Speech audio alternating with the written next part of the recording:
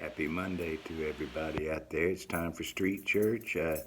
Last time we left off talking about relationships and didn't really get what I wanted to in there. It's hard to get anything into 3 minutes, but if you don't spend time on your relationships, they're going to dissolve. They're not going to work. And the fact is, most of us don't spend much time with Jesus. Most of us don't have a relationship because we don't spend any time with Him.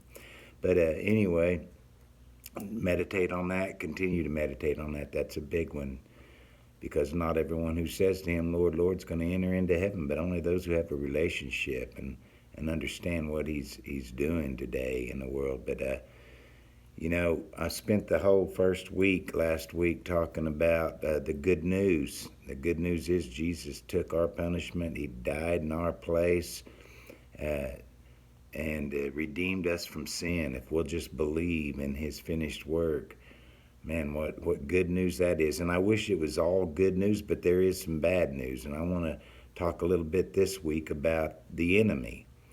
The bad news is there's an enemy out there who hates you, who hates God. He and unfortunately, the Word calls him the God of this world.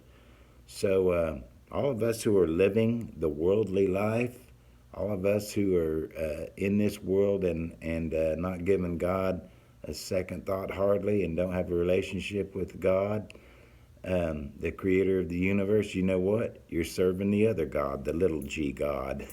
You're serving Satan, who is the God of this world, this fallen world. And, people get some silly ideas in their head about the enemy and about Satan, mostly because of Hollywood. But, the truth is Satan wants to remain undetected in you. He doesn't want to make a big show. He wants to be and listen, he wants to come off looking good because he wants to be worshipped. That's what this whole thing is about. He's gonna make no mistake about it. This is a spiritual battle, and Satan wants to be worshipped, and that we'll talk more about that maybe later. But he wants to remain undetected inside of you. And that was the problem in the beginning. You need to understand if you're professing to know Jesus, there you have a number one enemy, and he wants to kill, steal, and destroy you. He wants to remain undetected so he can do a lifetime of damage and get you off onto the wrong track.